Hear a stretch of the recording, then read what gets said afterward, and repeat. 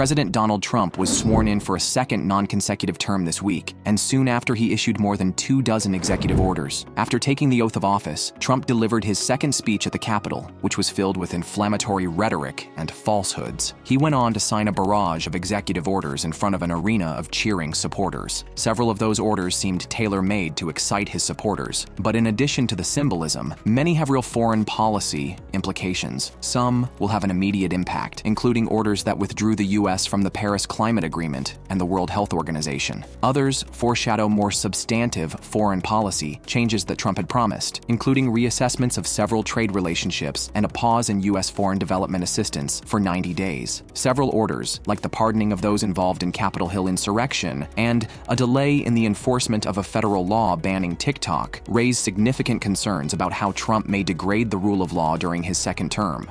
Surprising few people, Israel has confirmed they will not be withdrawing from Lebanon by the deadline set out in the ceasefire, which was 60 days and arrived on Sunday the 26th. There were reports that Israel was seeking U.S. permission to extend that period by 30 days, but there is, as of yet, no concrete timeline for Israel to end the occupation of southern Lebanon. Israel invaded Lebanon on October 1st after months of airstrikes killing vast numbers of civilians. The ceasefire was reached November 26th, though Israel has continued to attack Lebanon during that period, committing hundreds of violations. Israeli troops are also systematically destroying civilian homes in towns and villages across southern Lebanon, with multiple fires being set daily. In the handful of villages they've actually left, Lebanese troops and returning families are finding the area effectively demolished. The Israeli decision to stay in Lebanon is not being justified by the realities on the ground, though they continue to make vague claims of Hezbollah not holding up their side of the bargain. The appearance for now is that Israel just can't finish all the destruction they're seeking to commit by Sunday, 26 January. It was initially reported that President Trump was reluctant to sign off on Israel extending the occupation. In the end, though, the U.S. has endorsed Israel's decision to continue flouting the ceasefire the U.S. was meant to enforce, insisting the nation simply needs more time in their ultimately open-ended occupation. Crown Prince Mohammed bin Salman said Saudi Arabia aimed to invest at least $600 billion